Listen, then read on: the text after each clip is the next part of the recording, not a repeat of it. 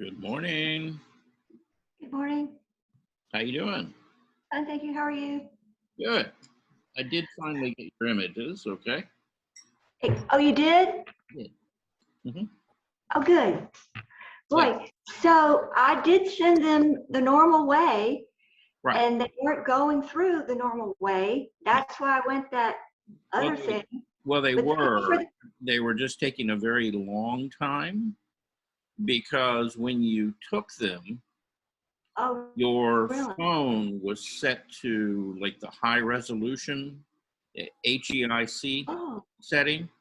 So instead of being like about a 1 or 2 megabyte image, they were right. like about 10 or 12 each. Wow. Wow. So I got a new phone after 10 years, Yeah. and I'm wondering if there's some setting I can put it on to send you pictures so I won't have that problem. Yeah, when you set up an email, right? Right.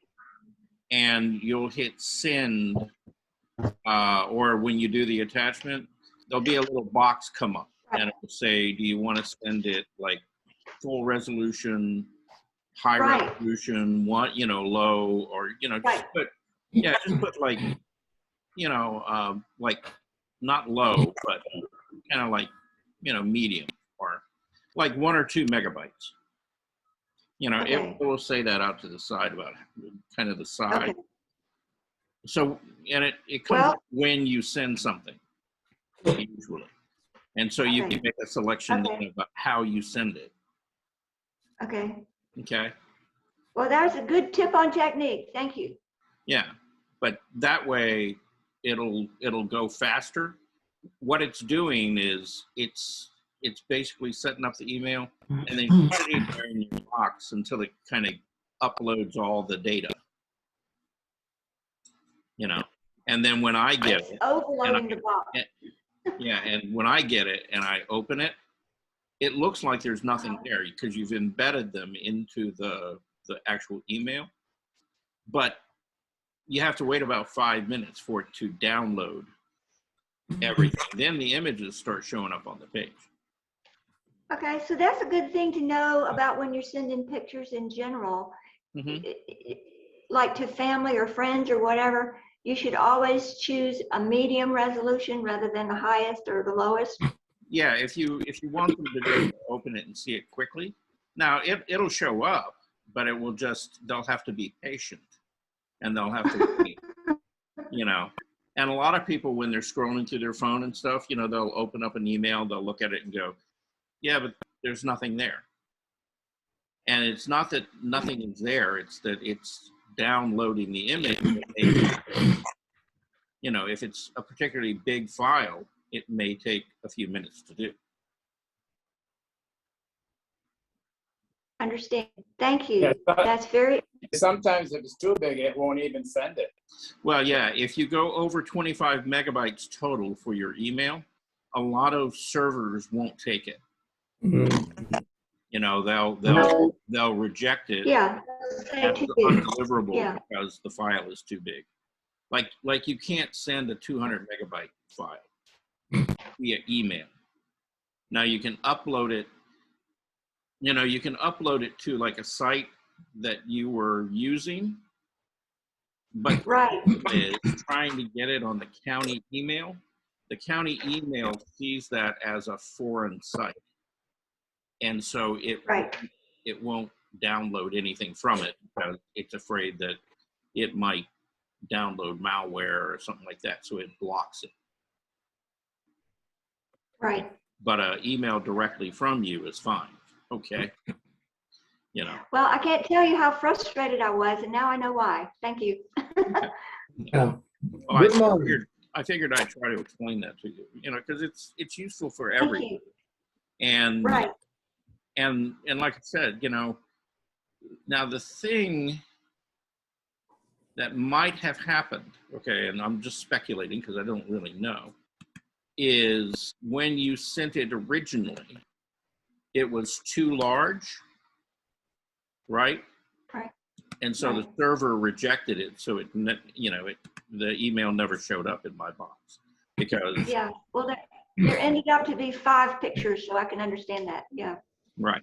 So Yeah. Charles, explain this to me. When I have the choice list, the one that is the least pixels is which one? Well, it will say, you know, like small, medium, or large, or Okay, so resolution. try to send them on small. No, because if you put them on small, then they're going to be very low resolution. Okay. I would probably either put it on large or medium. Okay. And the one you want to avoid is don't put full resolution, because Okay. you know, because your camera in your iPhone, I'm assuming you've got an iPhone, right? Yes, I did. Yeah, yeah, because that's the only one that uses that HEIC format, and that's like a high resolution, you know, format, and that's why each of those photos, all on their own, are about, you know, 8 to 10 megabytes, or not megabytes. So they're very, very dense pictures, right. Sophisticated pictures. Yeah. Right. And that's because the phone has a camera that's pretty sophisticated. Right. Yeah. So you have like a iPhone 8 or above, you know, somewhere. Yes. And and so and more of, you know, Apple is producing phones that pretty much so shoot in that format now to get the higher resolution. The problem is if you don't have the latest, greatest Apple computer, right, to go with it, then in downloading those or trying to send them email or whatever, the rest of the world hasn't quite caught up yet, you know, to handle files quite that large. And so what will happen is, you know, like I have a converter, like an application that I can take those high-res files and I can turn them into a regular JPEG that's, you know, maybe 2 or 3 megabytes each, you know, rather than something that's 12, right? Is your converter an app, or is it something you have to buy the experience? It's an application, yeah.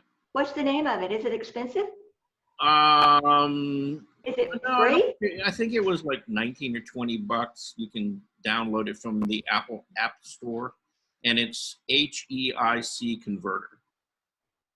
HEIC. Yeah, the only gripe that I have with that application is it only, and I mean only, converts HEIC files. Okay. To JPEG, you know, or they got us coming and going. They have it all figured out to their advantage. Well, they have it all figured out to their advantage. Yeah. Well, the thing is, there are other applications out there that will convert HEIC files, but they'll also do other kind of files. Okay, not just HEIC.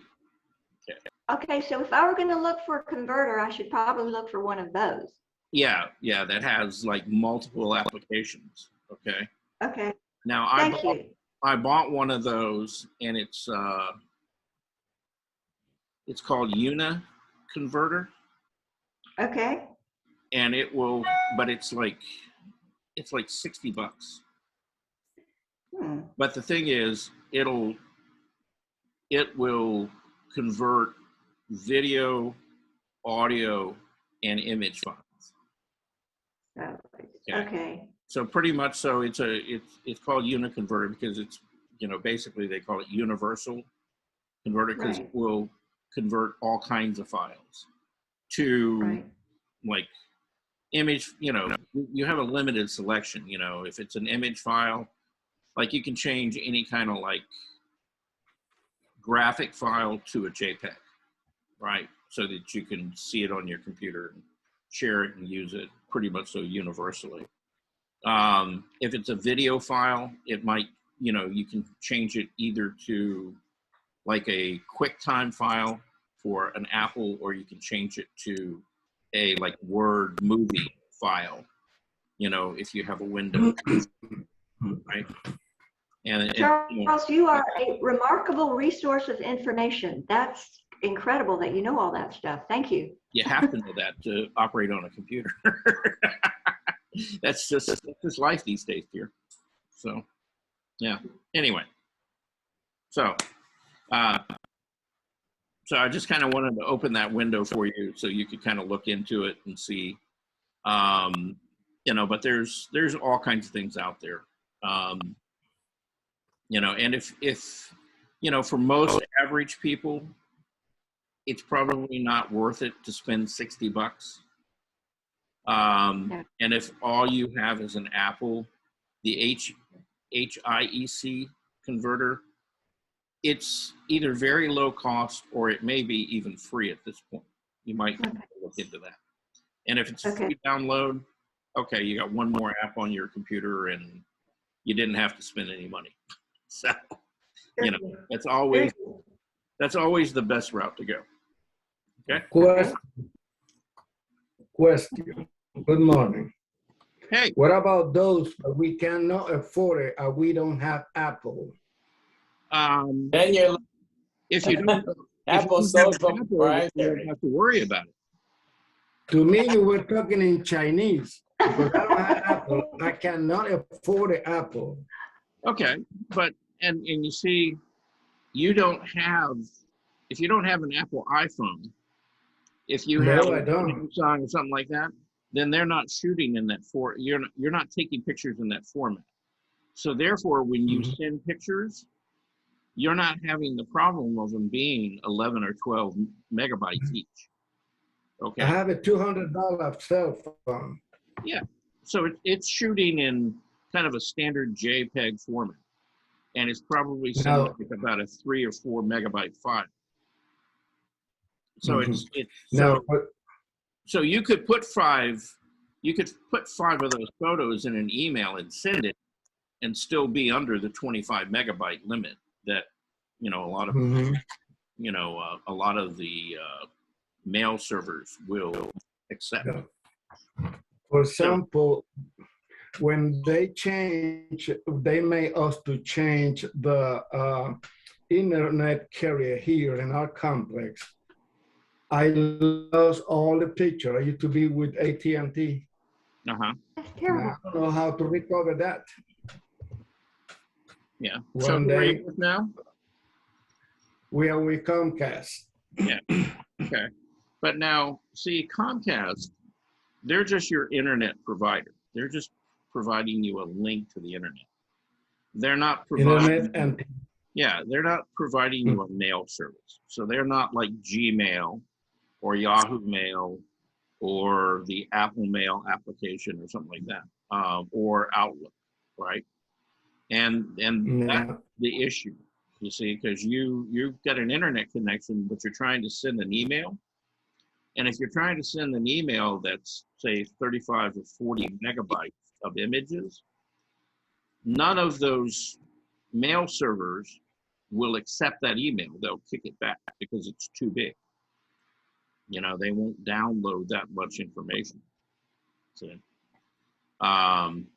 So if you have Gmail or something like that, and you have a non-Apple phone that takes regular JPEG pictures, you don't have a problem. You're okay. No, so far. No. Huh? No, I don't have problem. I got Gmail. I could open an email address with Comcast, but I decided to stay with Gmail. Yeah, just stay with Gmail. Don't go down that road. You know. Except if I buy a house and I move here, I don't know, they might change the thing. So I just decided to leave it with Gmail. But I lost all of those pictures that I used to have with the AT&T. I have a lot of pictures there, and when they canceled, I lost that. And I look, you know, the thing is, Armando, wherever you move, you know, it doesn't matter where you move in the world now, okay? You can move to China, and you can still keep your Gmail account. And it's good anywhere in the world. Yeah, I don't know why you would have lost your pictures. That makes no sense. I'm sorry? You know, when people send me it makes no sense why he lost his why he lost his pictures. Because I leave it in I never I Oh, like never the cloud. download. I leave that in the email address with AT&T, and they cancel that email address. Yeah. But you should be able to contact them. You should be able to contact AT&T customer service, and they should be able to give you or send you a link that you could get back to your photos so you can download them or transfer them to another place. Oh, Okay. Because just because you don't have AT&T service anymore, that doesn't mean that your pictures aren't still up there in the cloud. They are. I can almost guarantee you. Okay. Right. Yeah. Because those things never go away. You know, until somebody pulls the electric plug on the universe, you know, and there's no more electricity running on the planet, they will be up there. Okay. So anyway. All right. So much for so that was our technology section of the class today. Did everybody enjoy that? I did. Thank you. I got a lot. Okay. So let's move on to the art part of it. Okay. And let's see, we got 8 people here. Wow. Okay. So Veronica's here. Hi, Veronica. Naomi's here. Hi, Veronica. Bernice is here. Bob's here. Oh, Miss Bernice. Hi, Miss And Bernice. Armando. Okay. Yay. All right, well, We're all here. Yep. Did you get my strawberry box that I painted? I'm sorry, what? Did you get my strawberry box that I painted? No, I guess you didn't. No. No, I got something from you, kind of a letter to Zelensky or something like that. Yeah, I got that. Yeah. No, but I sent you a painting on a strawberry box maybe a week ago. Yes, you didn't get it. Seeing that, Naomi. Yeah. But I'll tell you what, I'll go back and look for it, and I'll send you an email if I find it. It's an old strawberry box. Okay. Yeah, I'll go back and look for it and see if I can. Well, what do you think of my letter? I read it. I'm not going to discuss it here. Okay? Well, email me. Okay. Yeah, you and I can have an offline conversation. Yeah, email me back. Okay. Yeah. Yeah, because that gets. I want to hear your opinion. Okay. Well, all right. Yeah, because that's going to get way off into the weeds, and we don't need to go. No. Email me. Yeah. Okay. So, John sent in a suggestion of Rosa Bonner, and I think it would be a good idea for you guys to know maybe who she was. Okay. So I'm going to share 2 short videos on her. Okay. And she was quite prolific, very good artist. Anyway, this will give you a little biography and some background on her, okay? So we're going to start there. Yeah, okay. Let's start with this one.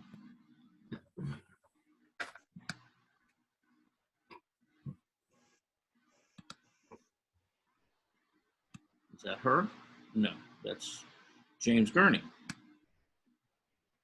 We'll be talking about him in a minute. That's the Russian Academy. Nope.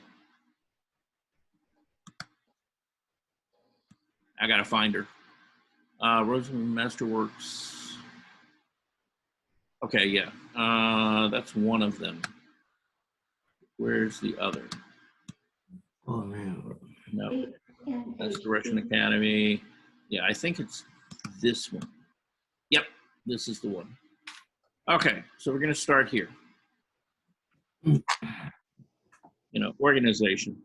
Okay, and we're in the middle of an ad, so we got to expand in the U.S.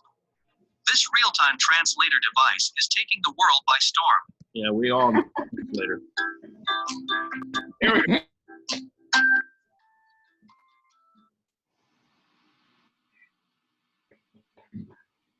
Okay. Rosa Bonner, was a French painter and sculptor. Her most famous works were two paintings.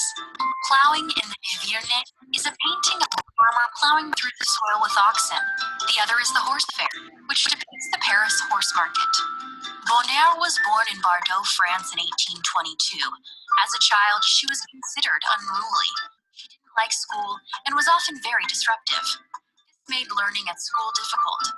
She loved to sketch with a pencil and paper, so her mother taught her the alphabet by having her sketch animals for each letter of the alphabet.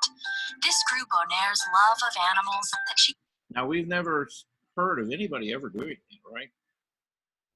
Oh, that's cool. That's so cool. Just like Rebecca. Yeah, putting together an alphabet book of animals. Huh. I tell you. Her mom was wise. She had a wise mama. about her love. At the time that Bonner became an artist, women were reluctantly given opportunities for education as artists. Artwork made by women was considered to be inferior, but that just fueled women artists to create more art and support each other. Bonner was known to often wear pants, which was very unusual in those days. But to her, it made more sense. She was able to work more comfortably without the restriction of a skirt. She had said, "I was forced to recognize that the clothing of my sex was a constant bother. That is why I decided to solicit the authorization to wear men's clothing from the prefect of police. But the suit I wear is my work attire and nothing else. The epithets of imbeciles have never bothered me." Rosa Bonner was an important figure in advancing the artwork of women. Her example has encouraged other women artists for decades.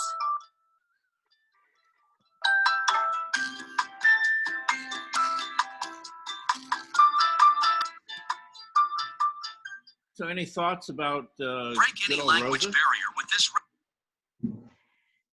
Yeah, she painted a lot of animals, yes. Well, yes, she did actually, and Well, that's what she's known as being the painter of animals. I must say, That was she's a- very accomplished. Mm-hmm. She seems very accomplished. yes, she was. Yeah, she was actually one of the preeminent women artists of the late 19th century. She died in 1899, which was like a year before 1900. So she was around to see the Impressionists, kind of come and hit their fruition, the Fauvists, a lot of those, the Post-Impressionists, even into, well, she died before Kandinsky was recognized incorrectly as the first, abstract expressionist artist.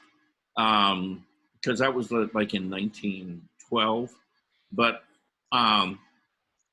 Alma off Klimt was producing those abstract paintings, back in like 1900.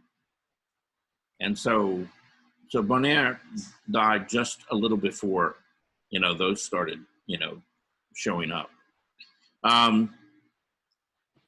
The thing with her is that even though she was born during the time when Impressionist painting, and particularly her living in France, would have become rather popular, she still painted in what we would consider an academic style. Okay, her work is not impressionistic. It goes back to, the traditional methods and processes that you would learn at the French Academy. And which is kind of interesting because of the fact that she was born really right in the time of the Impressionist movement. And she really didn't go down that path. She stuck to the traditional, academic, salon type of work. And if you look at, a body of her work, she was a very accomplished draftsman, excellent colorist, and she did focus on animals. I mean, that was her thing. Not just domestic animals, but also wild animals as well, wildlife, things like that. of which she got commissioned to do a lot of different paintings because there were a lot of, like exploratory institutions like National Geographic and things like that, and the Royal Society in England that were commissioning artists to do paintings of these wild animals that they were bringing back from all around the world, when they were doing their exploration. So, so now there are many different videos on her that show like a collection of her work. And I didn't pick any of those because they all ran about half an hour to 45 minutes. But if you want to look her up and just kind of go through those, videos, you'll get a good idea of what she was doing, as far as. Charles, did I hear them correctly say that she had to petition the authorities or something to be able to wear men's pants? No. She wore pants, and she wasn't. She was a how do we say this? She was a very independent woman. In a period of time when women were kind of, they didn't have a lot of rights, and they were kind of ruled by their husbands and things, of which she, as far as I know, she never had a husband. She never found any practical purpose for getting married, or putting up with, she didn't suffer any fools, right? And if people didn't like the fact that she wore pants, it didn't really bother her, It's like, right. She didn't really care what people thought, which I think is a healthy viewpoint in life, Well, she knew what she wanted, and right. she had to do that to make herself comfortable. However, I disagree with her because sometimes I think that wearing a skirt is more comfortable than wearing pants. Well, I wouldn't know, but that's my own opinion. Yeah. But I can see an argument for that. There's a lot of very burly, men who run around in kilts in certain parts of the world, and they're perfectly happy doing that. And, I know. So it's like, okay, what's the big deal? So she was it sounds like she was also highly successful and highly admired. Yeah, well, admired in some circles, yes. Yeah, she was contentious in others.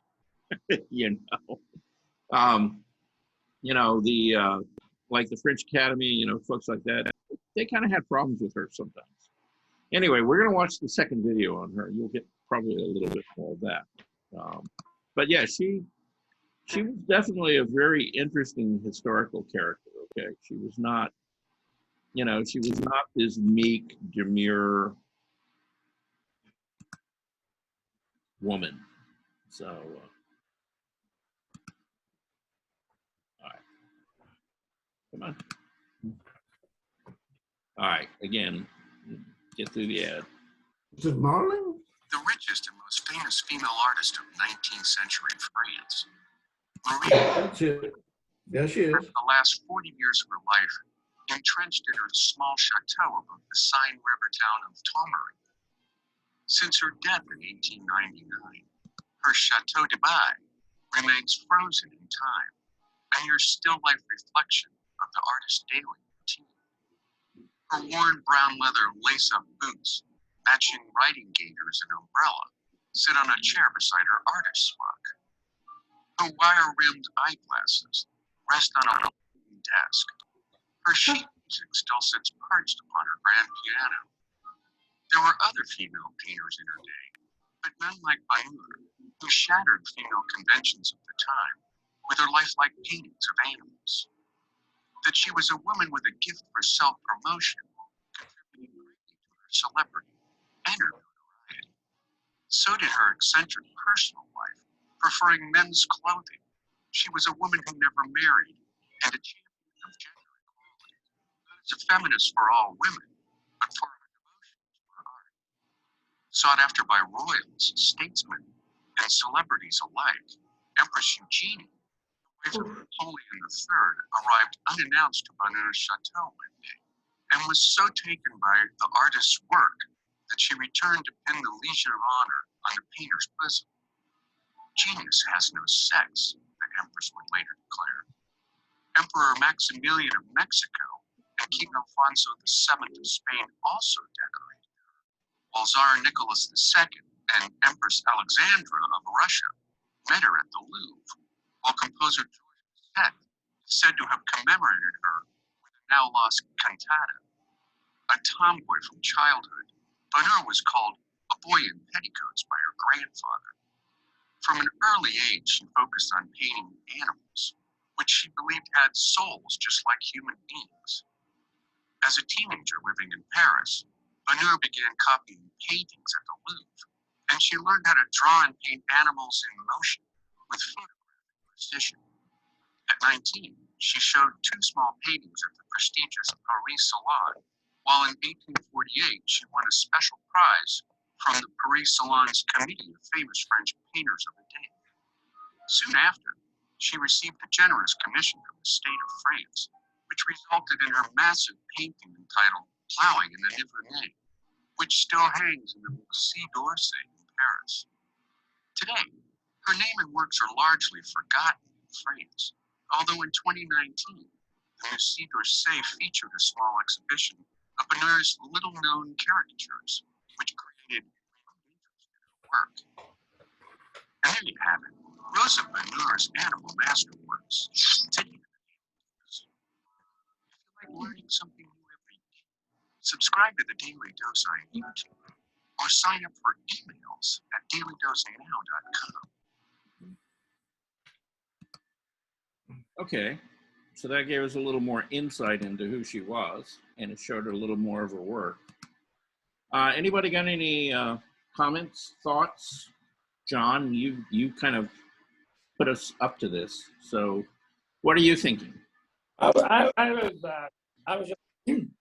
was just impressed with the fact that she did basically animals, but the surroundings of the animals and other humans and landscapes and things, I thought were really interesting with the use of motion and color. I just liked what I saw of her pictures. Mm-hmm. Okay. Her pictures were in oil, is that correct? Yeah, she was primarily an oil painter.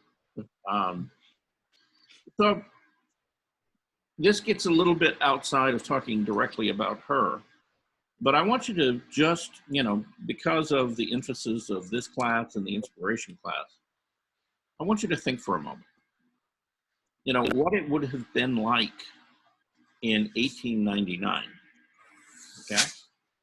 And how an artist at that period of time would have actually worked. Now, as I said, she got a lot of commissions from,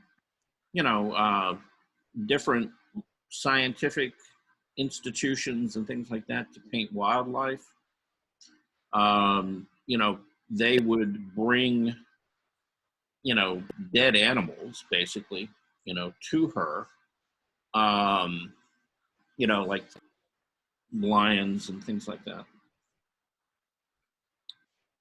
And then she would work, from the carcasses or the bodies of those animals, to create, paintings that looked like these animals were alive and actually moving, right?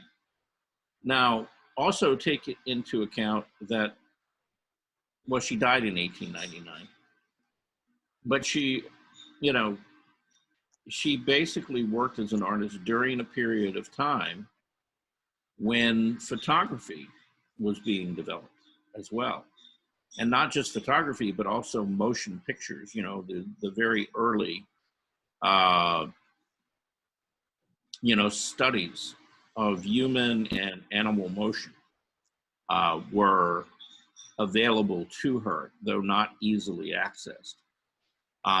So, she worked at a period of time where she was probably using a combination of the actual animal skins and, you know, the bodies of the animals themselves, as well as, you know, photographic reference that was taken that she could access at the same time.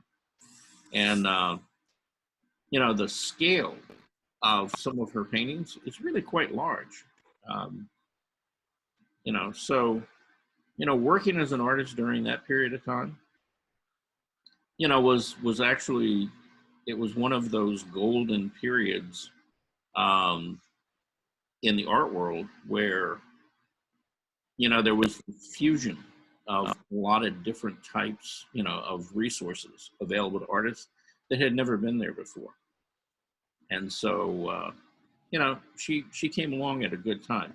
And she was very much so, you know, a person of her age, you know, the time that she lived. So, you know, though she had, you know, some very, we'll call them progressive viewpoints on, you know, gender and things like that.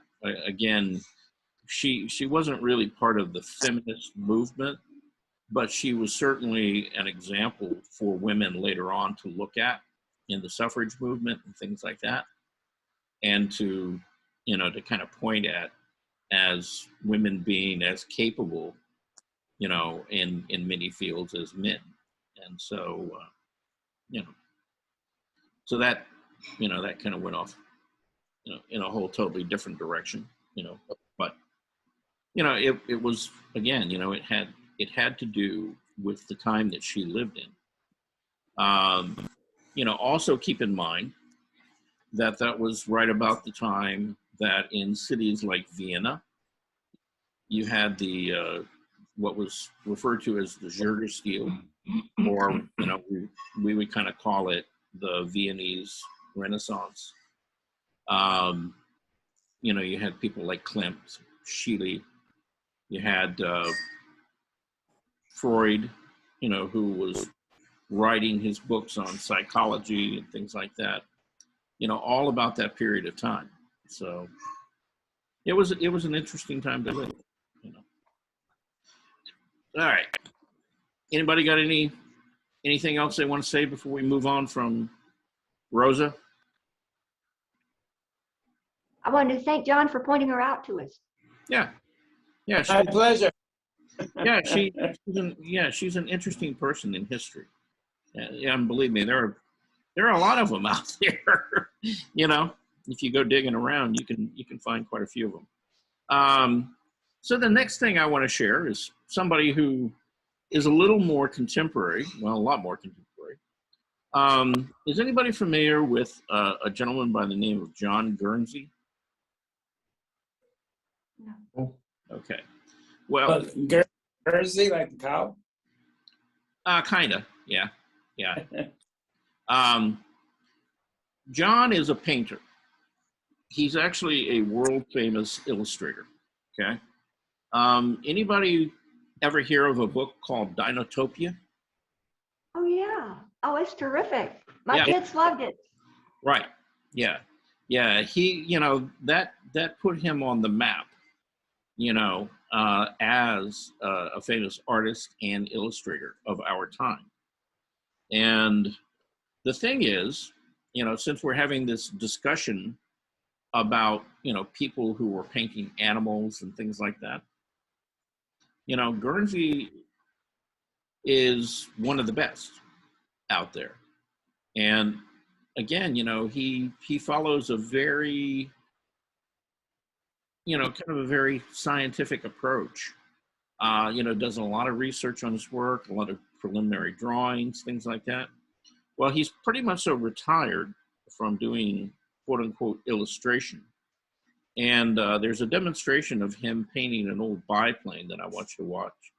And we're going to have some discussions about his process,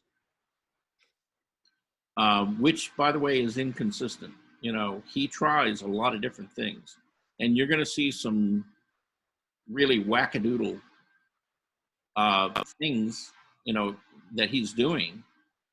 But these are all methods that artists have used really since the time of the academy, back in like about the 1600s. Okay, so just watch. I think you'll get a lot out of this, and it will be kind of fun. Because he's he does a good presentation, and the material that he's using, by the way, is a paint called casein, and he'll explain to you what that is. Okay, if you're not familiar with it. Drawing. Yeah, okay. There we go. I found it. So where are you, John? That's not you.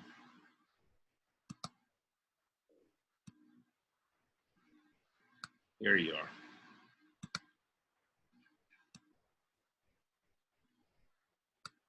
All right. So now listen carefully, because he's got a lot of information that he's going to share with you. Hi, my name is James Gurney. This is the 1929 New Standard biplane at the Rhinebeck Aerodrome, and they use it for giving rides to their guests. I want to do a painting of it on a weekday while they're working on it. I start out by using a homemade sight-size viewer, drawing on clear acetate with a water-based chalk marker, balancing my cheek on a cheek rest to keep my eye in the exact same relationship to the subject. Notice that there's a grid of squares drawn on the other side of the sight-size viewer, and I transfer that same grid onto my paper. I used to think that tools like grids were a crutch or a cheat until I tried one. Then I realized they gave me a profound new insight into the translation of 3D space to a 2D plane. More on that in future videos. My watercolor book is held nearly vertical, close to my line of sight, and above the top of the easel I have clipped a diffuser which takes the direct sunlight and softens it so I don't have shadows cast across my work. The big door is open to the shop where mechanics are tuning the airplane and pilots are getting ready to fly.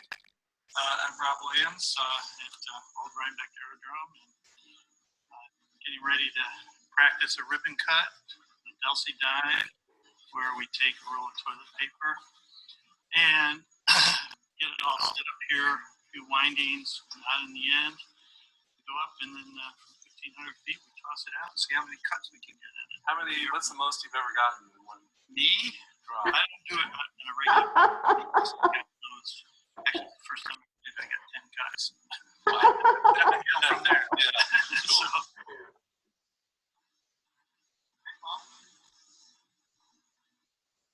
10 cuts. Wow. We have the original factory blueprints, and we're building the same materials. A lot of our tooling is ancient too. Yeah, they've never had to update it, right? Yeah. So yeah, just like yeah. Then you can really see the under camera on that one. yeah, those are lower wing ribs there. Yeah, yeah, same airfoil section, upper and lower wing. Oh, yeah. It's just scaled smaller.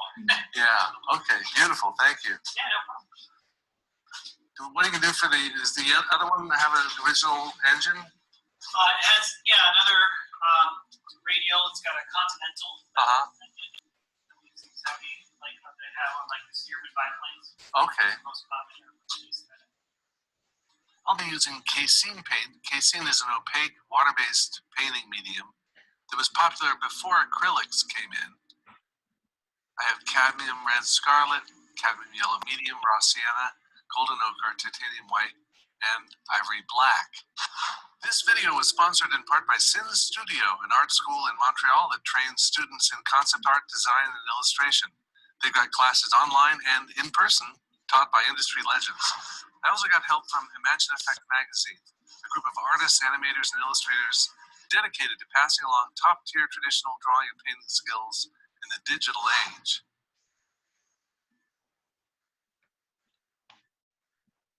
Casein uses a milk-based binder or glue material to hold the paint together.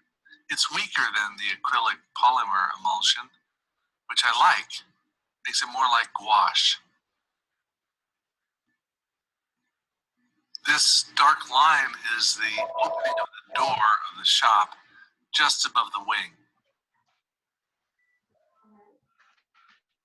Before I started painting and set up my easel, I talked to the guys in the shop to introduce myself, tell them what I was planning to do.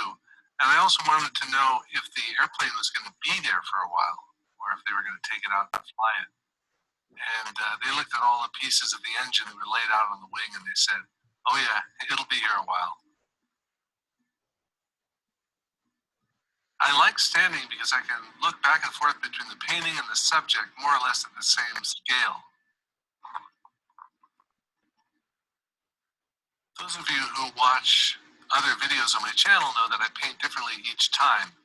I don't have a single system that I use for every painting.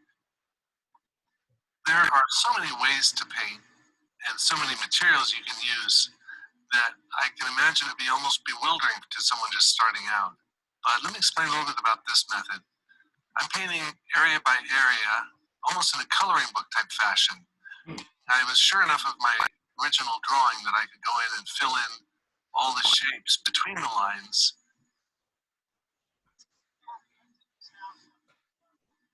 When I mix a color, I'm thinking about chroma, value, and hue. I'm also thinking about the wetness and the amount of pigment that's loaded in the brush. I'll do a whole video on color mixing another time. Now, other paintings you'll see on my channel, I may start with a colored priming. I may work with a big brush and cover the whole sketch loosely with opaque strokes and then come in and do the details. Here I'm using a long flat brush for calligraphic strokes that are rectangular or like parallelograms. And that's great for this kind of subject. Is he using a marker? Museum like this, I like to focus in on one object and really study it as objectively as I can. The goal isn't just to capture the graphics or the design elements or the outward forms, but to try to understand as well as I can the kind of mind that would have created it. And that reflects the zeitgeist of the time. This was an age of grand parties and skyscrapers and barnstormers and Great Gatsby. Lots of carefree confidence in the 20s before the belt tightening of the 30s. By 1929, they even had sound pictures. So people were able to go to those glorious movie theaters and not only watch their favorite actors dancing or sword fighting, but to hear them singing and talking. To see cartoons come to life. It was all happening around the same time that this airplane was being built.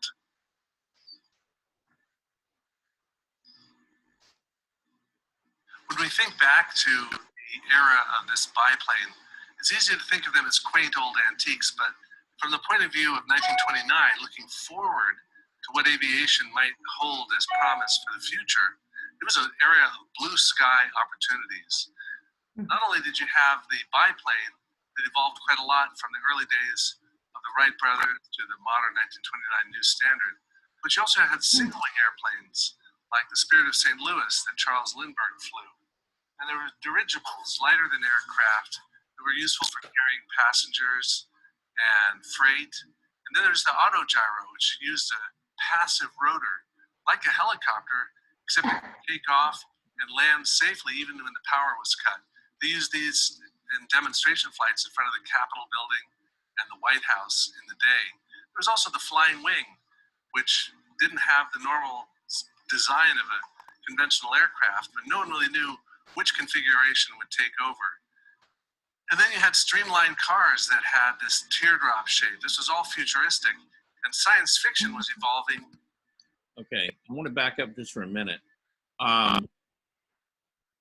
Did you guys look at that plane that was the flying wing? Mm-hmm. Okay. How many of you were familiar with the fact that something like that actually existed and was actually being used? It reminds me of a manta ray in the water. Yeah, that was actually, everybody knows who Howard Hughes was, right? Oh, yeah. Right. Well, he was heavily promoting, you know, that design. and in fact, kind of financed having a couple of these things built, but they were actually flying aircraft. And notice that there are windows even in the tail section up there. That was actually, there were people who were sitting inside that tail section looking forward, you know, with these windows. That's where all the passengers sat. And, you know, actually there were passenger compartments all the way out along the wing as well in these. I watched a couple of videos on these planes, and they're really fascinating. And in fact, designers, you know, aeronautic designers today are looking back at that period and looking back at these designs and thinking about how they could reinterpret them, you know, to make more efficient aircraft than what we have today. So I want to point that out. They had streamlined cars that had this teardrop shape. This was all futuristic. And science fiction was evolving at this time too, as a new form of literature where people look to the future, air wonder stories of flying machines and huge aircraft carriers that hovered in midair and even floating cities. It seemed like anything could fly. So no wonder that this biplane was seen as such a wondrous thing in its time, and the pilots were daring heroes in the public imagination.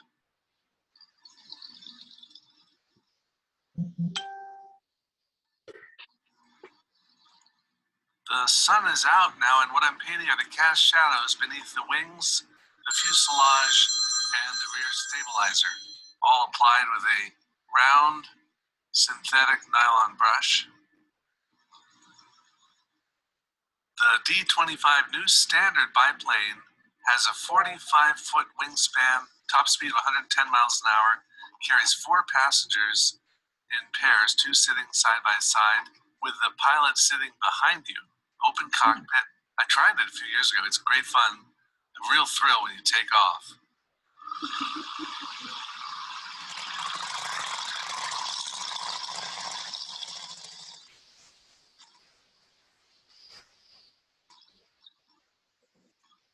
On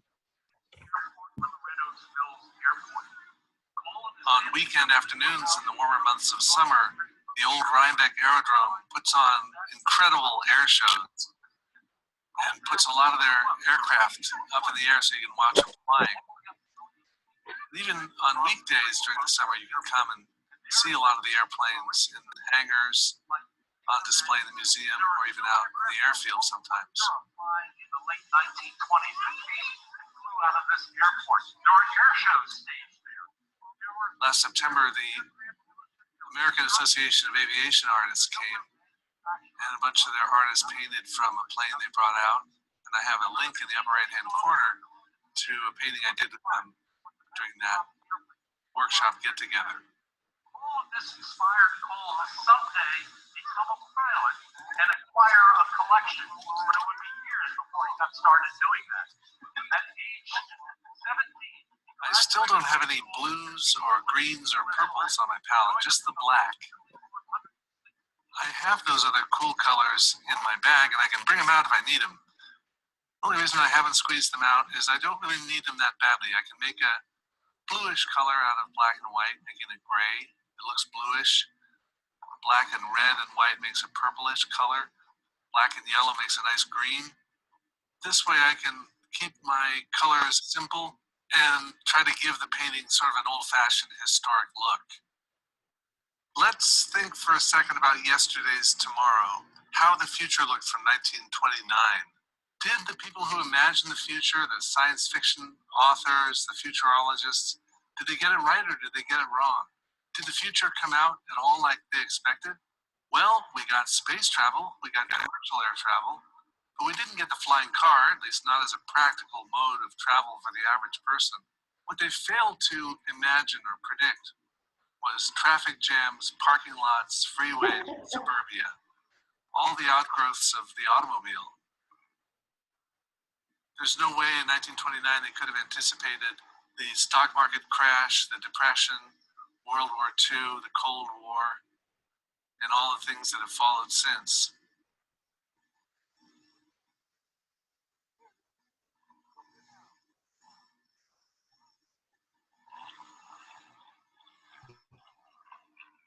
what I'm doing now is covering up some of those white areas that are left between the blobs of paint. That's one thing that happens with this coloring book approach, is that you end up sometimes with little spots of light at the edges of forms. And it's good to cover those up mostly, but leave a few to make it sparkle.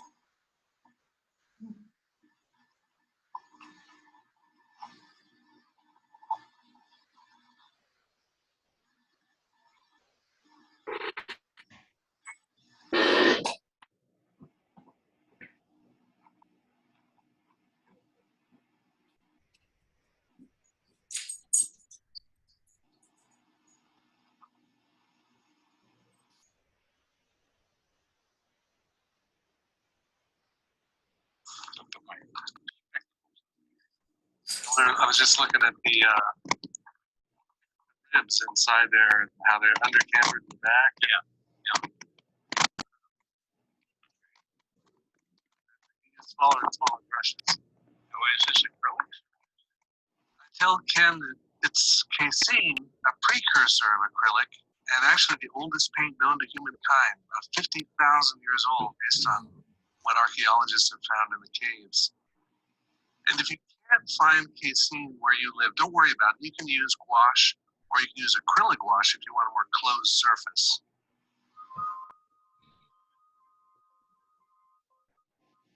Today is yesterday's tomorrow. We're living in the science fiction of our ancestors. It may be hard to foresee the future or recall the past, but one thing's for sure, the world we live in tomorrow will be the child of the world we dream today. So the final result takes about 2.5 hours, and I wanted to get all the details of the ailerons and wing wires and various pieces that go into making this beautiful airplane. There are links in the description to everything referenced in this video. The lower left is a video about artists painting airplanes. Lower right, more gouache videos. Subscribe in the upper right. And if you go to my website in the upper left, I've got lots of signed books and prints.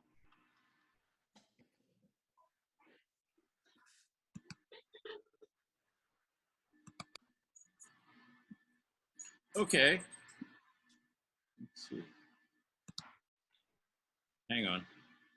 I got to go back. The old masters had secretive image projecting devices to help them draw faster and better. So hundreds of years later, what? Skip that ad. Freeze her. Okay. Yay. All right. Anybody have any thoughts about Mr. I unfortunately butchered his name. It's Gurney, not Guernsey. Okay. So not like the cow. I don't know. To me, it's not interesting to paint an airplane. Not?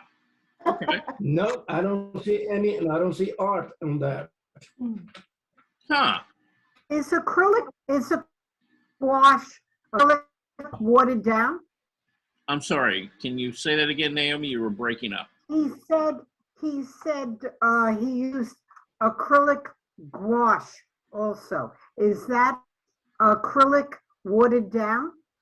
No, it's okay. You know, in the modern world of paint, you have traditional gouache. Gouache is a paint that it's almost like watercolor, but it's opaque. And it's been around forever.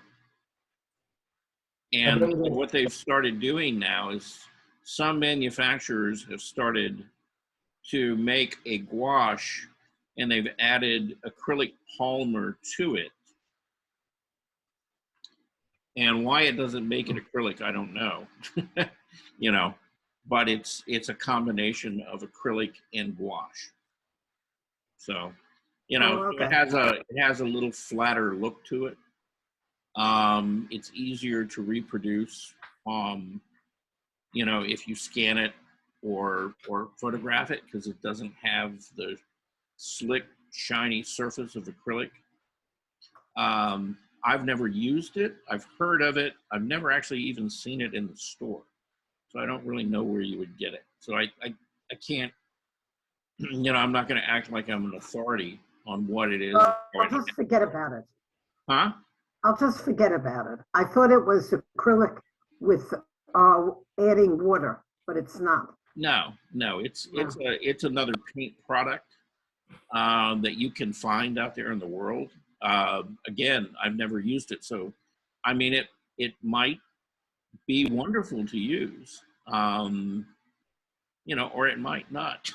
You know, how many of you have ever tried what is called water miscible oil paint? Have any of you ever tried that? Never heard about it. Never No. heard of it?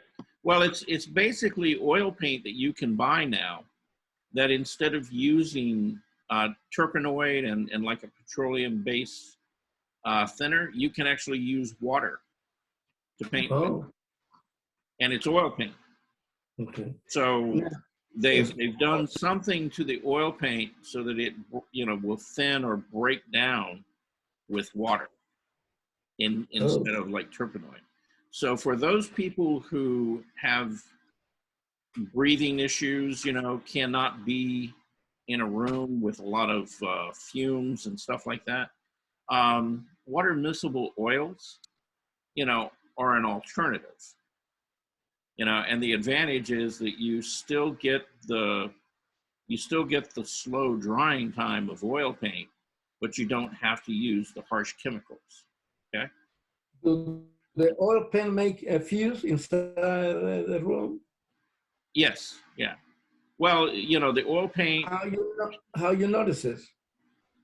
How do you notice it? Uh-huh. You know, you get a little woozy.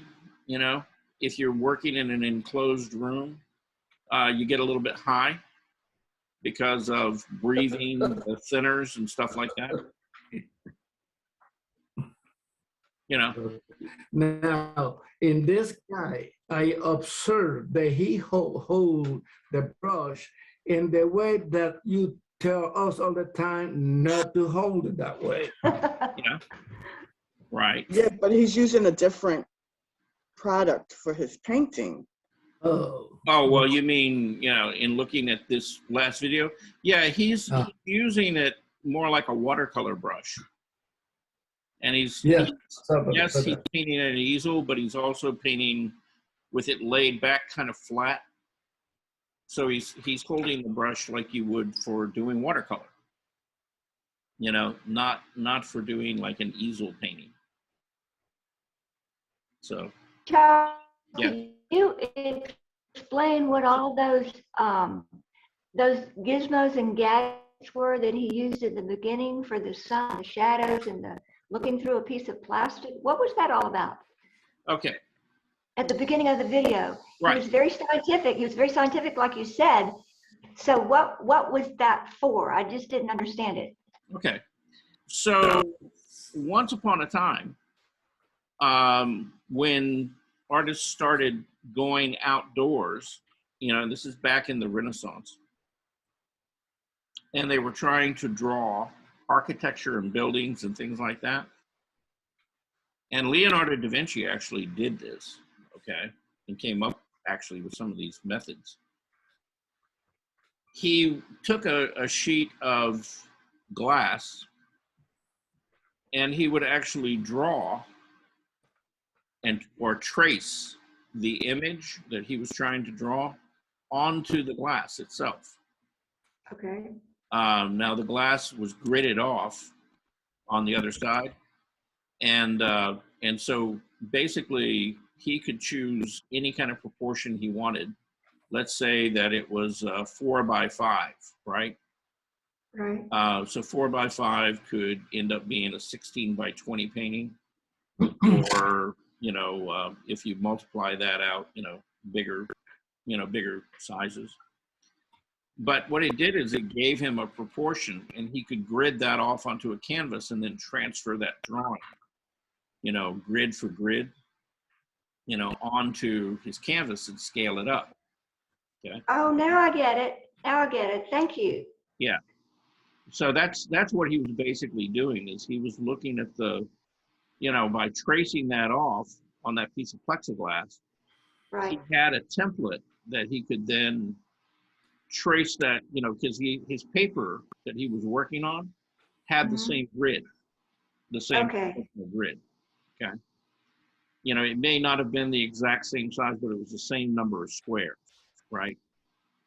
And so he was able to transfer that image from that piece of plexiglass and get a more accurate drawing, you know, onto the paper, you know, before he. I saw my mother do that when she was painting. She's deceased now, but she took a class and they were teaching them how to do that. And I always thought, like he said too, it's not cheating. It's just transferring. Well, yeah, it helps you see the relationships, you know, and solve proportional problems, you know, because you have a foundation to work from. Okay. And so, you know, it's just a valid, you know, it's as valid a method as any other. You know, there's, like he said, there's lots of different ways of painting. Well, and if he is such a stickler for detail and proportion, like he is, then that is his chosen method of figuring out where everything goes. Yeah, but the thing is, that's not, you know, the thing I like about him in particular is he's always trying, you know, some of these old methods, you know, and updating them and trying to use them and see, you know, why artists use those back in the day. And like I said, this is not new. This is something that Leonardo da Vinci himself went out and did. Okay. When he was doing architecture and things like that, and not just Da Vinci, other artists as well, back in the Renaissance. Now, the interesting thing was, you know, he combined that sheet of glass or plexiglass with a chin rest. That was what was so interesting. It kept his chin steady, but what did that have to do with his hand? Well, it kept his eyes steady. Right. Well, it always put his head and his eyes at the same distance, you know, so he could get back in that exact same spot, you know, consistently, right? You know, it's like I tell you, when you measure and you draw, you know, and you hold your arms straight out and, you know, you measure, the reason that you hold your arm straight out is that if you don't and your elbow is slightly bent, then, you know, those proportions change. Right. You know? I'd say that's pretty smart. Yeah. Yeah. Well, artists have figured this out for a long time, you know, but that's why, you know, if you're doing the method is called sight sizing. Sight sizing, okay. Yeah. And so, you know, you're using some kind of instrument like a brush or a stick or something like that to measure and compare proportions. Okay. And so, you know, it's an important tool to learn how to use. Okay. Now, after a while, you know, once your eye gets to the point where you can begin to see proportion better, then you don't have to rely on it as much. Okay. But it's always there if you want to go back and actually check, you know, and see how close you actually were. So do you think he was showing that to us just because he was trying to show you a method had been used centuries before, or yes. Is okay, that was the whole purpose. Yeah. Okay. Yeah, the whole purpose of his videos are to basically educate younger artists about processes that were used and how they could be applied today, you know, as well as media. I mean, he doesn't normally paint in casein. Normally he paints in gouache when he goes out and does things like that. But again, you know, he'll use grid methods. He'll use a whole bunch of different processes, you know, sight sizing, you know, all of those methods, and he'll demonstrate them so that people can actually look at how they're done. And that way, you know, hopefully inspire younger artists to go out and try some of this stuff and see if it helps them, you know. You know, like I said, you know, there's 1,000 different ways of painting, and, you know, there's no wrong way, there's no right way. You know, you have to find the things that work for you, right? Right. You know, it's like that idea of using a projected image, either from a slide projector or from a lucograph, right? Right. And there's got to be 30 different types of lucigraphs out there, okay? There's everything from like the big box that projects light down onto the paper there, you know, but there's also the little prism type lucigraphs that you can look through that transfers the image down to the paper that you mount on your table. And then kind of look at the model, but through the prism, and then you see the image on the paper in your hand, so you can trace, you know, whatever you're seeing. Yes. None of those are cheating. You know, there is no. If you don't get anything out of this class today, get this: there is no such thing as cheating. Not. Okay? It doesn't make you a better or worse artist because you work with a projected image. All right? You know, the fact that you're working with a projected image, that only complicates your process of drawing, because even though you're getting a projected image down there, you still have to know how to interpret that projected image into a drawing that will read and work. So like we were talking about, like Armando the other day, I was talking about, you know, breaking those lines inside of the figure or the form, right? Well, you may not see that on a projected image, but you have to know it's there. And you go ahead and you know where to break those lines so that you can get the effect in your drawing that you're looking for, okay? Things like that. So it's important, okay? Mm-hmm. All right. Charles, have you ever thought of a lesson for us with doing the grid type approach? I have, and in fact, Bernice was a big advocate. I think it was Bernice who was a big advocate of you. Yeah, it still is me. Yeah, and there's nothing wrong, you know, with using a grid process. You know, again, whatever gets you there is all that really matters.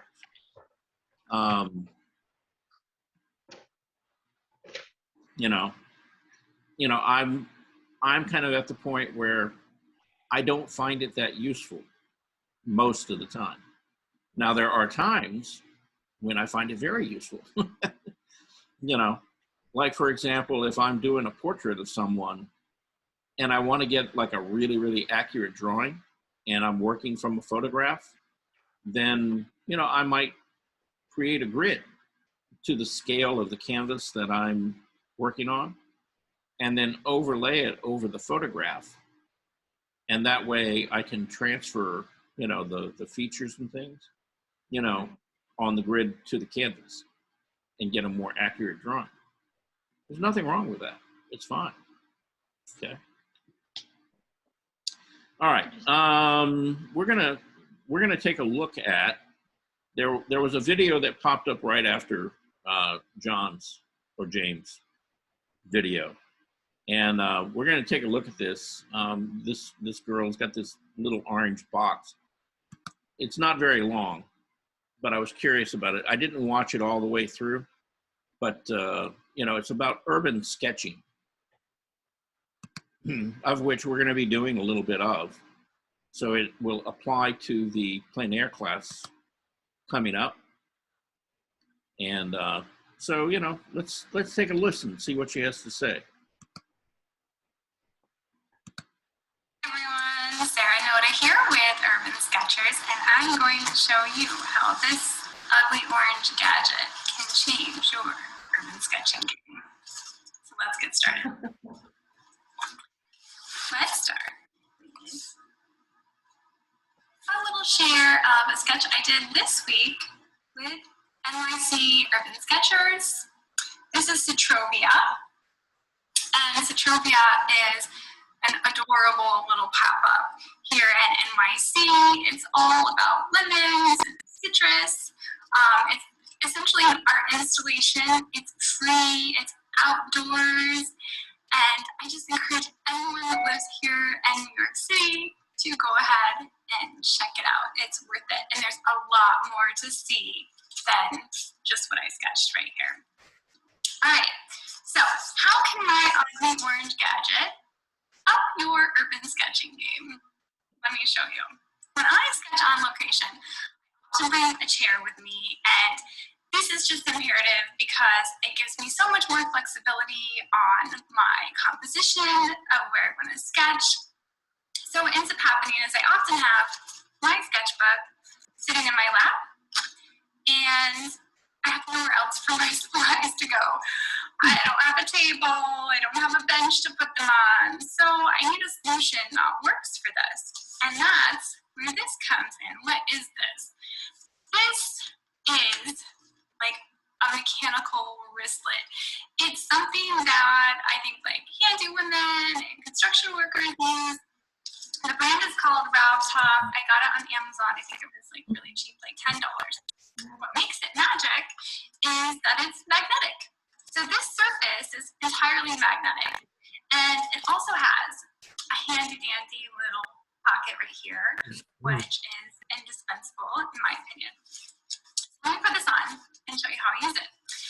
When I put this on, I put it on so that the magnetic surface is on the inside of my wrist because I'm often holding my hand this way.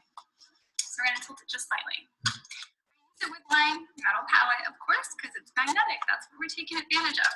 So this is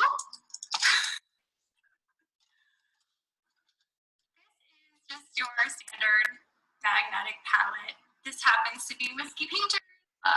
You can find these on Amazon for like $10. There's lots of brands. Nadine, all sorts of off brands. Pretty much they're all basically the same. When you take your paints out, you now have a really large mixing surface.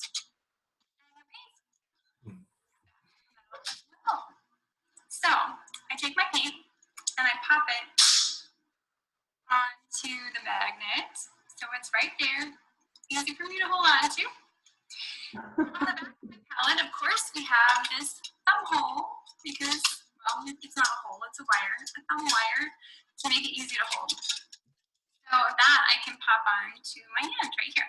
So this works well when my sketchbook is in my lap and I can have paint and a mixing surface on my other hand. It's so great because I can take my travel brushes and now those are right at hand as well. I know what you're thinking. Where does my water go? I need to rinse my brushes. Now, some sketchers use these lovely water brushes. And for me, these are okay. I really prefer a traditional brush because I like to dry my brush out. Sometimes I put a good amount of water and a good amount of paint down, and then I just want to lift out the highlight. And when you use these water brushes, they just don't get dry enough when you squeeze them out on a paper towel to lift your highlights really well. So I still prefer a standard brush. So for my water, I found these cute little clip-on cups at a dollar store in Japan. So I know they're not going to be available for everyone here, but you could look for something similar in dollar stores, or you could also just find a little cup online and just put a magnet at the bottom. There are also cups that are for sale specifically for this that have magnets already on the bottom for urban sketching or for sketching. They just pop right onto your palette. So if it was magnetic, I could just pop it on right here. And here we go. Clips on, it gives me a little more space to have mixing space, so I just clip it on the side. just like that.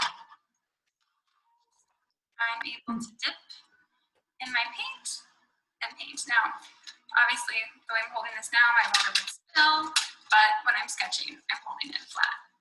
So it works really, really well. All right, so solution number 2. It's kind of a rare occasion, but on some occasions, I need to hold my sketchbook to sketch. So if I'm holding my sketchbook, I still leave this gadget on with my paint right here, and then this hand has to hold my sketchbook. But then where do I put my mixing surface and my water? Well, here's what we're gonna do. This is handy gadget number 2. Binder clip. Really large binder clip. So to make this work, I'm gonna take my sketchbook. I'm gonna flip all the way to the back forward surface of my sketchbook. This will not work if your sketchbook is a flimsy. Yeah, it has to be something with some weight to it. So I'm going to take my palette, and I'm going to use the inside of it. When you look at the palette this way, this side has a little bit of depth, and this side is the thin surface. So I'm going to place that right on the corner of my palette, or of my sketchbook. Take my binder clip, and I'm just going to put that bad boy on. Now this does reduce the usable surface of your mixing palette. I don't really find that it's that big of a deal to reduce it. And I'll flip my cup to the other side because I like to have that on the outside just in case things get crazy and I spill it. I don't want it to go onto my painting. All right, then I'm going to flip to whatever page I'm working on. I'll put my last sketch so I can show you.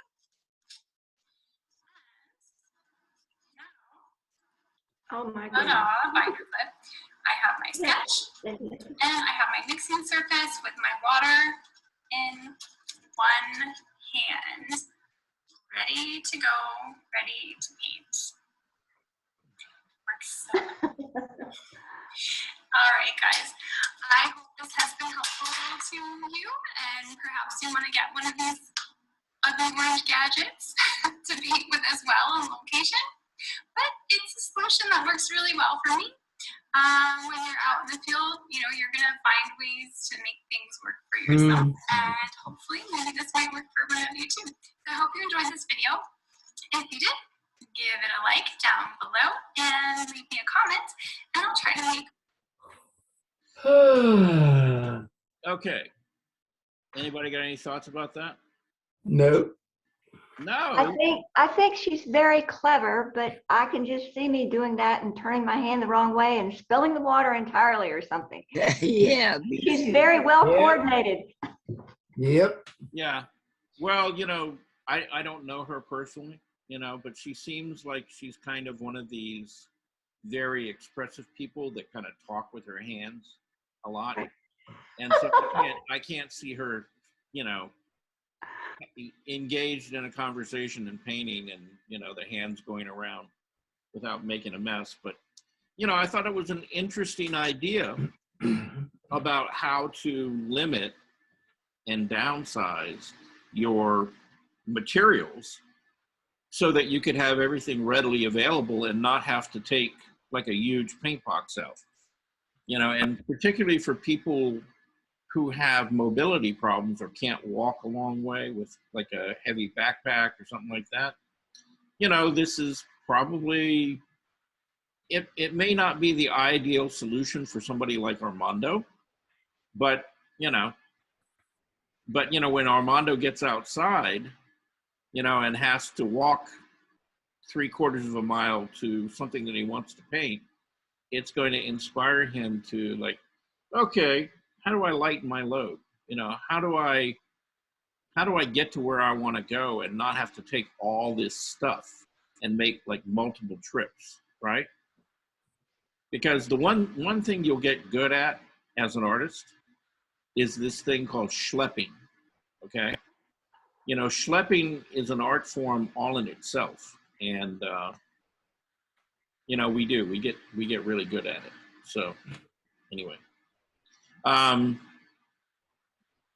Well, Well, by the time when we start to paint outside again, I saw, what is the name of that, guy that used to paint with us? He used to use regular paint brush, big brush. He used, well, I saw him, he had a box with wheels and a handle. I guess you can get it in Office Depot. I put out the few things that I'm gonna try to be simple when I go. Armando, talk to us. Yes. Move your hand. That way we Yes. can actually hear you, okay? I'm gonna try to be simple, to carry as minimal as possible, and I have something with wheels. Uh-huh. Okay. So you were talking about a paint box with wheels? Yeah. I enjoy when we paint outside. Yeah. Yeah. Now, you know, and again, you know, that's another solution. Let's say that you can't carry a lot of stuff. So you get one of those things that you can carry your suitcases, the little, like a little miniature dolly, and you load all your stuff onto it with a bungee cord, you know, to strap it down, and then you can wheel it out to where you're painting. That way you're not limited to you know, like 30 feet from the And so, you know, something similar like those many old people use it when they go to the grocery store. Right. Those baskets, maybe. Yeah, yeah, you know, yeah, like the little fold-up laundry baskets, things like that. You know, you can put all your stuff in, right, and then wheel it out to where you're going. Yeah, you know, look, you know, as we start doing this and you know go outside, a lot of you are going to be looking for solutions to be able to get your materials in one trip, and that's important, one trip, out to where you want to go, you know? Because what you don't want to be doing is if you're painting a half a mile away from where you're parked and you can't find a brush or something like that, you don't have to walk all the way back to the car to get it, see? So. Charles, I have a question. Is there a size limit to the canvas? Is there a size limit to the canvas we bring to the plein air, the outdoor? You can work on as large a canvas as you want. You know, again, think about. And should we bring our own easel? Yes. Okay. Yeah. Yeah. I mean, maybe you weren't here the other day, but I was talking about this. Yeah. I'm going to bring some of the paint boxes from Benson. Okay. I can't guarantee you that you're going to get a box. All right. It will depend on when you get there. Are you going to get a pickup truck? They take a space. Yeah. It will depend on where you know, when you get there. I've got like 5 boxes that I can bring. Okay. So depending on how many people are there, things like that, you know, you can use the box for the day. That's fine. Okay. But again, you know, those boxes, they probably weigh like 15 pounds. And at least, you know, most of them, they're not light. Yeah. Most of them have a shoulder strap, you know, to help carry them. But again, you know, depending on how mobile you are, you know, 15 pounds might be a challenge for you to walk half a mile with it slung over your shoulder. Plus the fact that you'll have to bring other things like a bag with water, your brushes, your palette, maybe a chair, you know, things like that. So, you know, it adds up. You know, it adds up to, you know, quite a bit of weight. And, you know, you're going to have to be a little bit, you know, inventive about how to get all that stuff out there. Okay? Right. You send us a schedule where you're going to be for plein air, because I would like to just go to the ones that are in Roswell. So could you send a schedule to everybody so we could kind of meet you there? Naomi, the answer is yes. When I send out the notification about registration for the class, I will send out a list of dates, places, and times that we are meeting. Okay, they'll always be on Thursday. Officially, Okay, it'll be Thursday? yeah, it's always going to be on a Thursday. The class officially will begin at 10 a.m. Okay, the class will officially end at noon. Now, what does that really mean? Not much. You know, my plan is to be out on that location by 8:30 in the morning. When you shut down. Listen, and you might want to take notes. I plan on being there at 8:30. I will be leaving there at 3 o'clock. Okay. And when I say I'm going to be leaving there at 3 o'clock, I mean I'm going to be in the car pulling away at 3 o'clock. Okay. So we're not going to paint till 3 o'clock. I'm going to be there till 3 to get the boxes back, things like that. So that really gives you what? Like, you know, a 5 or 6 hour window that you can be out there and painting. Okay. Now, does that mean that you have to be there at 8:30? No. You can show up at 10. You can show up at 11. You can show up at noon. Okay. And still comfortably know that I'll be there. You know. You're going to provide the acrylic paint? The only paint that I'm bringing with me is I'm going to bring acrylic. Oh, great. I'm not bringing oil. No, acrylic is easier to wash the brush, yes. Right, yeah. Yeah, I'm gonna bring acrylic paint and I'll bring like a gallon of water. Great, okay. Now, that means that you're gonna have to have a cup or something to put water in. You're gonna have to have brushes. You're gonna have to have something to paint on, right? And more than likely, you're gonna have a table, like a little fold-up table, and a chair to sit in at minimum, you know, to be able to work, okay? Now, something I might want to mention to you, all right, Rebecca mentioned, you know, how big of a canvas can you bring? Well, you can bring, you know, really any size canvas. The only limitation is, you know, how, 10 by 25. well, the question is, you know, how big of a canvas will your easel or your table hold? Okay.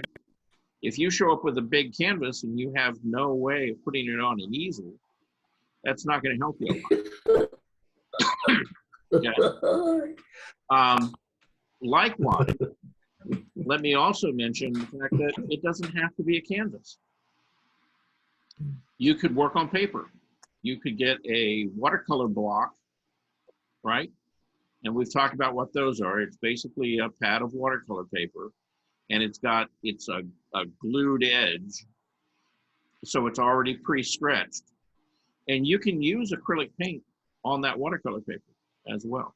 What about wood? Acrylic go good on wood? Yes, you can paint on wood, panels, you could paint on like those fairly inexpensive panels that you can buy in the art store, you know, and, you know, my suggestion is this, okay? If this is like the first time, or maybe you haven't done this a lot, I would start off smaller until you get comfortable and then begin to get a little bit larger.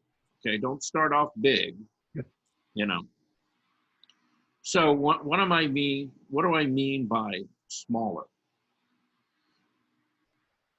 You know, for me, I'm not bringing anything out there that's over 12 by 16 inches. Yeah, I got those. Okay. And I'll probably bring a lot of things that are a lot smaller. You know, 6 by 8, 4 by 5, you know, 8 by 10, 11 by 14, you know. those are kind of the sizes that I would work in. The reason being, you know, you have a very limited amount of time in which to work before the light totally changes. So the smaller you paint, the more quickly you can get something down on the canvas. The other thing is, it will force you to simplify. You know? You recommended before to go there to put the base on the new canvas because it's gonna be acrylic, and acrylic dry fast. I'm sorry, what? You know, do you recommend it to put the base that what we put on top of the new canvas before You mean a taking tone? it? Or, Yes. Yeah. Yeah, you can You do already. like a Yeah, baby you can pre-tone your canvases. That way, you know, they're ready to go when you get out there. And it's one less step that you have to worry about, you know, before you can start painting. Okay. So yeah, I mean, that's fine. Okay. Okay. Wow, thank you. I know that's a lot to swallow, isn't it? No, it's very informative, and you've given me a lot of ideas. So I have an artist easel, but it's not like the kit thing that you have. It's the big wooden thing that has the palette attached. Mine's just a separate aluminum, but it'll go up really big. But I'm not comfortable for it going up really big, so I'll bring it and bring a small, something I'm comfortable with. Yeah, like for something like that, you know, a 11 by 14, 12 by 16 canvas works, and it's perfectly fine, and it's perfectly stable. The other big thing you have to worry about is the bigger canvas that you bring, the more susceptible it is to wind. Right. And on a blowing over. Day, if you don't have a heavy paint box or something. I've seen many artists with their work being blown over. You know, the whole easel and everything goes. Find some bricks or some rocks to anchor it down. I'm sorry? Find some bricks or some rocks to anchor it down. Yeah. Actually, a lot of artists will use you know, in particular if you're using acrylic, they'll bring like a big water bottle or a gallon jug filled with water and a bungee cord, and they'll hang it, you know, from their easel, you know, underneath, which gives it enough weight to make it stable so that the wind won't blow it over. Yeah, that's smart. That's smart. Yeah, there's actually some fold-up easels that come with like a little piece of fabric that fits about, you know, halfway up, that you set a gallon of water or a big rock in, you know, again, to add weight to, you know, and a lot of plein air, like outdoor fold-up easels have those, you know, so that they, you know, they're built into the easel or the, you know, the tripod itself, so that you can add weight to it and make it more stable. So there's lots of stuff out there, you know, there's lots of different ways of going about it. Okay. Now. All right. Okay, we got about 30 minutes. I'm going to share with you a video, and it will relate to tomorrow, okay? And this is about drawing. And this is all Armando's fault, okay? So we can all blame Armando for it. Blame on me. Hey, go ahead, blame on me. Yeah, because Armando was wondering about, you know, how to get, you know, how to draw noses and stuff like that. Okay. So tomorrow we're going to kind of begin to dive into anatomy, or not tomorrow, Friday, I'm sorry. Wrong day of the week. Okay. Yeah, Friday in drawing, we're going to dive into getting a little bit of information about anatomy. And, you know, anyway, just watch the video. You'll find it interesting. Because this guy actually makes a skull, a paper skull, and talks about the proportions. Now, you could write all of this stuff down. I don't recommend that you do, but just watch what he's doing. You'll see this again. Okay. And let's see, how do we know all this? So does he use paper mache? No, Plaster of Paris? no, no. Okay, yeah, this is, yeah.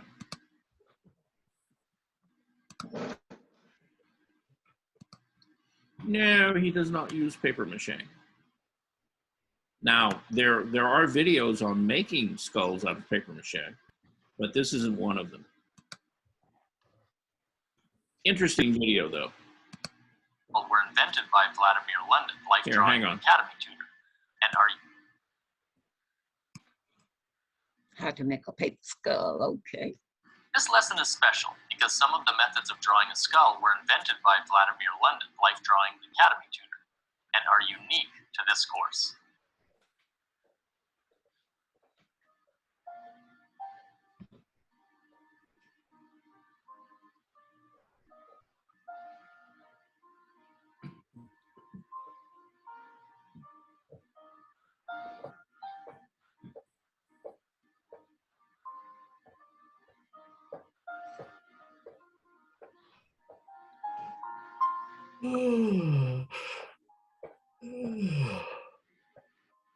Wake up, Armando, you need this.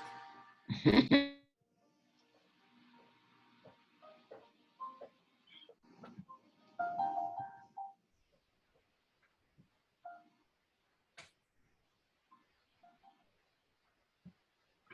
central line of the head is the axis of symmetry. Its height is divided in half. Each half is divided into 3 equal parts, 6 parts in total. We will use those 6 parts to build the skull drawing.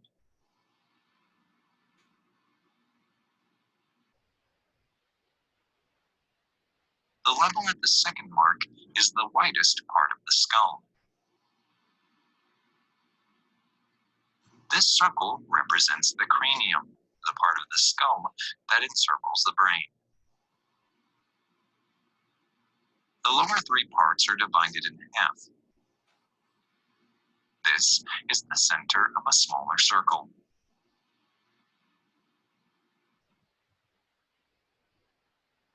The intersection of the circles is divided into 3 parts. 1/3 is also the width of the pear-shaped opening to the nasal cavity, which sits within the circle's borders.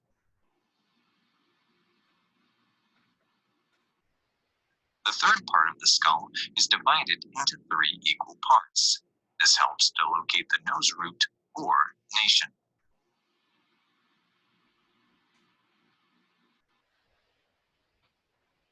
The top of the nasal cavity opening is the center of the skull in the front view. The distance from the chin to the base of the nose is divided into 3 equal parts. The 1/3 mark is the lower edge of the mastoid process. This oval is the place where the skull connects to the first vertebra of the spine.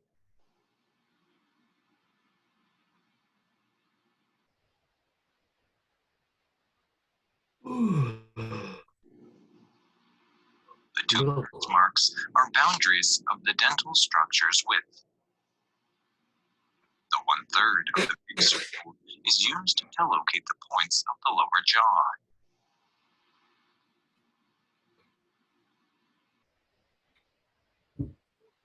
One-third is also the level for the line between the teeth. 1/3 of the skull's width marks the locations of the 2 canines. Now, we will plot the points of the eye sockets.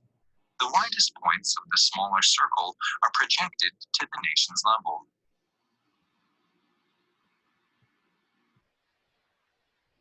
All that remains to complete this drawing is to depict the outlines of the cranium and the temple.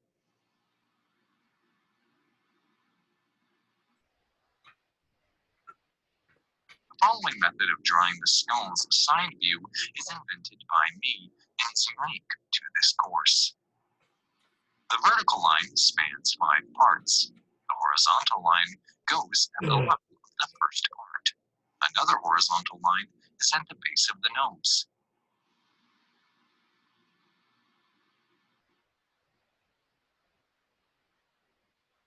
The height of the face is used to mark the ends of the horizontal lines. The top corner and the end of the second line are connected. I will show you the logic behind this method on this anatomy figure, which is available from.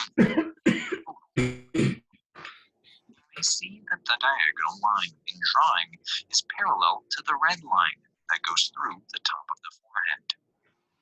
Now, check how another line, which goes through the chin, is perpendicular to the first one.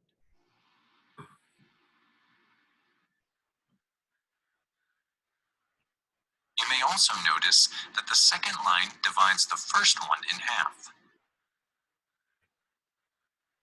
So, we divide in half the diagonal line in drawing. I mark the top and bottom levels of the skull.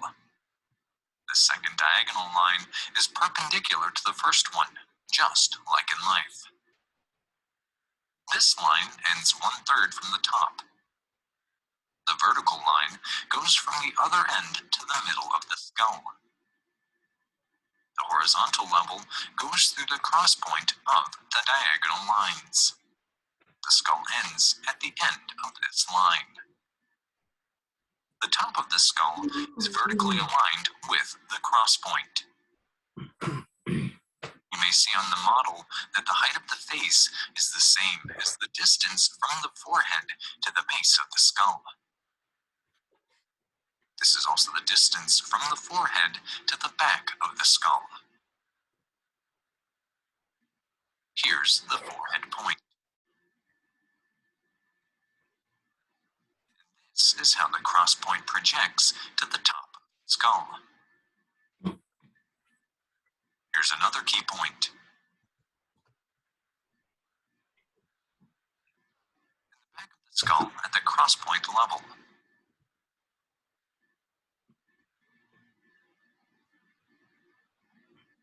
I can now draw the cranium's outline through these 5 points. 1/3 locates the coronoid process of the lower jaw. Once again, 1/3 measurements are used to point out the angle of the lower jaw. At 1/3 to the cross point, there is the level of the line between the teeth. Yet again, I'm using 1/3 to locate the nasal cavity border. 1/3 of the skull's third part gives the nasion's level. The eyebrow ridge is also located with the 1/3 measurement. The cheekbone has its key point at 1/3 of the distance from the nasal bone to the cross point. 1/3 measurements help to locate another key point of the cheekbone.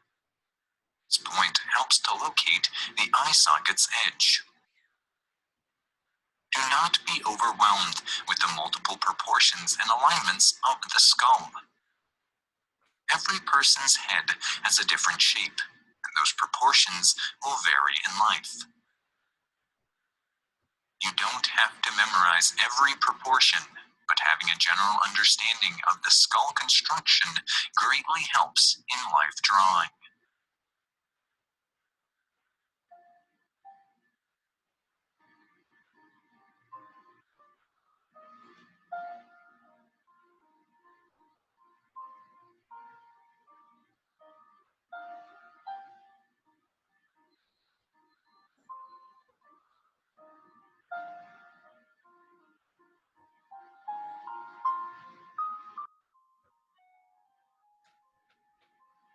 All right.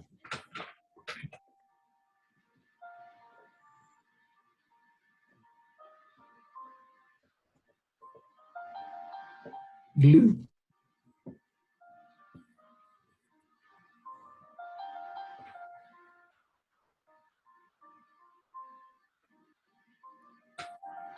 Okay, I'm going to skip ahead Uh-huh. because we can watch him cut out all those parts, but we don't really need to. Now, this is something that you can actually order from them, and they will send you, a pre-printed, kind of model that you can cut and fold yourself into a skull, if you want to.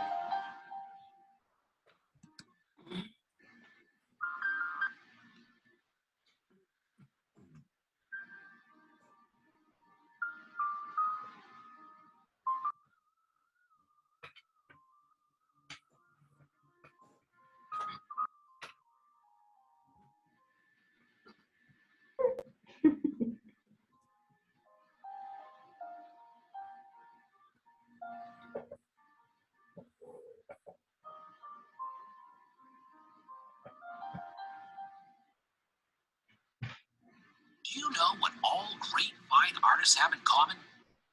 Every famous and skillful artist in the history of fine arts had a talented art tutor. There is no such thing as a self-taught old master. What has worked in the previous 2,000 years will work for you today. If you really want to develop good drawing skills and become a professional fine artist, you have to have a professional art tutor. Life Drawing Academy is your unique chance to learn from accomplished fine artists and art teachers, Alexander Rishkin, Vladimir London, and Natalie Ricci, who can personally teach you strong drawing skills step by step. All three teachers have exceptional art education and spent many years practicing and teaching art. The drawing techniques and methods we teach are the same as students learn in the best art academies in Moscow and St. Petersburg. To enter one of these academies, you would have to learn Russian and spend at least 7 years practicing just to get prepared for entry exams. I'm a teacher who graduated from such an academy. More than 50 students compete for every place available, so there is no guarantee you would ever have a chance to enter one of the best Russian art academies. Okay. However, there is a solution. So what they're doing from here on out is they're basically selling, this correspondence course that you can take without having to go to St. Petersburg or Moscow. And, you could do that if you want. It's, I'm not sure how much they're charging for that, but I think it's a little bit expensive. But, is it useful? Yes. Is it a classical art education? Yes.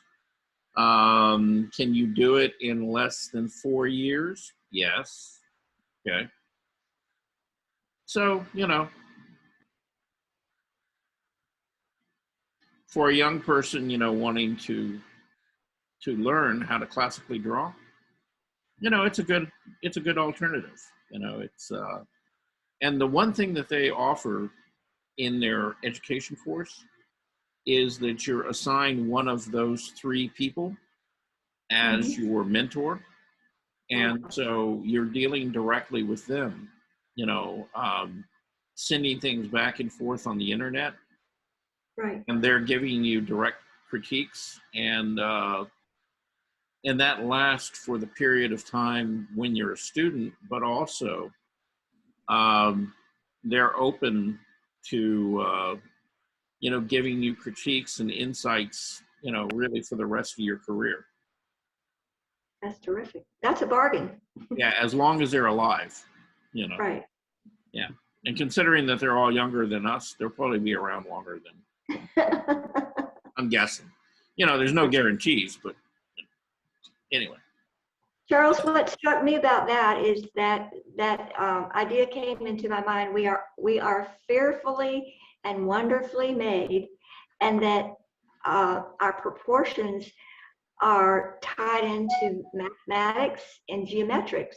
It's fascinating how everything is divided into thirds, and so particularly made. And then he said, every person's head and shape varies. So what they were showing us was the ideal, and then every person outside of that ideal has their own fingerprint of what their skull looks like.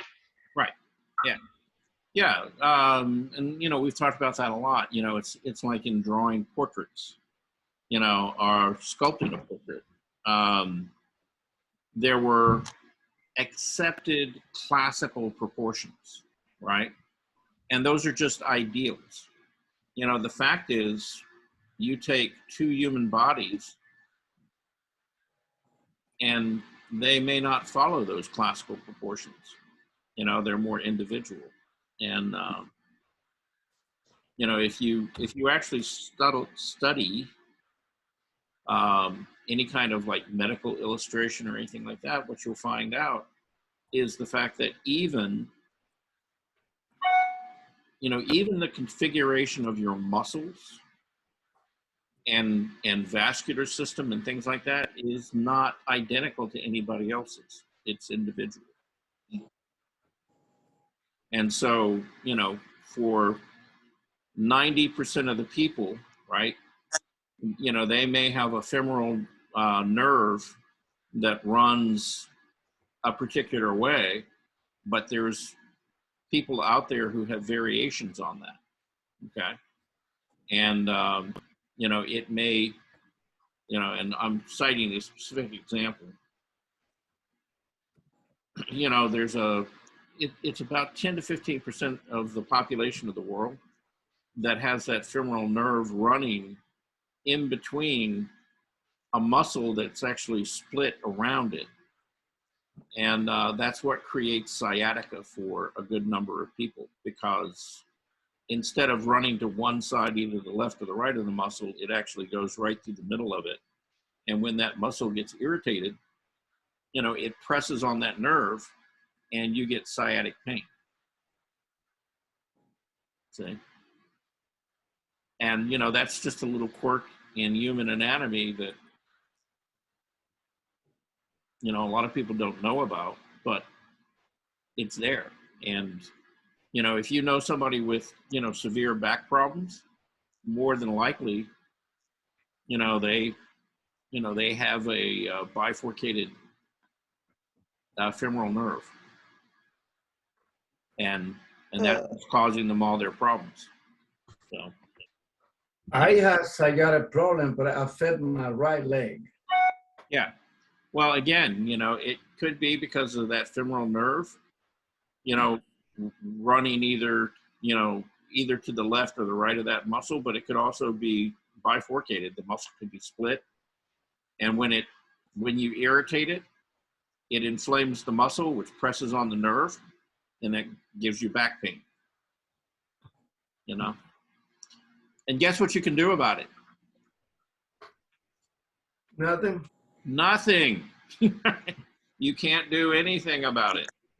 There's no surgery that they can perform or anything else. What you can do is you can do a whole series of exercises to keep that muscle, you know, strong, and to keep it from getting inflamed. And, you know, that's all you can do. So, in that particular case. So, I knew somebody who went in the hospital to get a fix. She walked in the hospital and came out on a wheelchair. So I won't touch it. Yeah. Well, now, you know, there's lots of different things that go into back pain. You know, you could have a compressed disc, you know, in your lower back or your upper back. Yeah, you know, there's lots of things that can happen. But this is like one case where medical science can't do anything about it, you know, and it's just a quirk of people's anatomy. But, you know, getting back to, you know, Rebecca's observation, you know, you have to keep in mind there's the ideal, and then when you get into drawing an actual person, then there's variations, and you have to really look very carefully and measure very carefully to get an accurate light for someone. And wouldn't life be boring if we were all the same? Right. Yeah. Absolutely, absolutely. Yeah. No. There's there's lots of quirky little variances in all of our bodies. Well, we're not clones, Rebecca. I'm sorry. What, dear? I said What? we're not clones. We're not clones. Oh, No. thank goodness. That's what I say. Thank goodness. Yeah. Actually, speaking of clones, things like that, a lot of people kind of think that, biological twins, right? And these are twins who started from one egg that split and became two individuals. Even they are not exact genetic copies of each other. Oh. Okay. They're close, but they're not identical. Okay. Even though they call them identical twins, they're really not. So I don't believe in clone. no, I'm not talking about cloning. I'm talking about a natural process of what Yes. we call identical twins. Yeah. Twins, yes. Yeah, they're really not identical. Okay. They're close, but they're Well, you only can see the difference when you put both together. But right. when they separate, you don't know when it's one. Because it happened to me when I was young, that the two girls that were twins. When one came, I didn't know which one was. And they played with me for that. They took advantage of that. Armando, I had a similar story in high school. Yeah. Yeah, I took this one girl out. I didn't know she had a sister. Around school, I kept thinking that I kept running into her. But her were a couple of twins. And I was thinking that I was in the same class with the same one, and I had two different classes, but two different people. Yeah, but it was one of the twins. Yeah, it was. That was a neat trick. I bet they had a lot of fun fooling people like that. Yes, they did. Yes, they did. They had a great time doing that, and really enjoyed it. So I was not the only person to fall for that. So anyway. But yeah, that's a whole nother thing. Anyhow, we're at noontime. It's time for Armando to go get lunch with Benson. And I want to say thanks for showing up, and I hope you learned something. We covered a lot of different things today. It was a bit eclectic, but that's the way these things go. Anybody got anything they want to ask about before we go away? Nope. Okay. Well, I will see you tomorrow. Hasta la vista. At 2 o'clock. Baby. I will be at Benson, and I'll be holding the class from there. Okay. Okay. I'm gonna see you tomorrow, and I'm gonna see Veronica tomorrow. Yay! Okay. Well, are you gonna see me tomorrow? No, you're not gonna see me on class. Yeah, but before class, you don't want to stop at the restaurant and feed your face? No. Oh, okay. Be like that. See? She's not, Question, I got on late. Did you say that the text, the email will come out about the registration for the classes, for that plein air? Yeah, I need to, they're talking about that right now. In fact, after this class, I have a meeting with Sharita. We're talking about what those registration dates will be. And when I find that out, then I'll send out all the information on that plein air class. Because right now, that's the only class that you would have to register for me currently. Okay. Thank you. Yeah, because the second quarter classes are already filled up, for the on-site classes at Benson. I've already got 6 people in each of those, so we're not registering those right now. But yeah, as soon as I find out and get some actual dates and things, I'll be sending you out a lot of information on the plein air class. Okay. Thank you. All right. Anyway, I hope everybody has a good rest of the day. Try to stay dry. You know, it's supposed to be rainy all day. So guess what? It's a good day to stay in the studio and paint. Yeah. All right. Bye-bye, everyone. Bye. See you all tomorrow. Bye. Bye.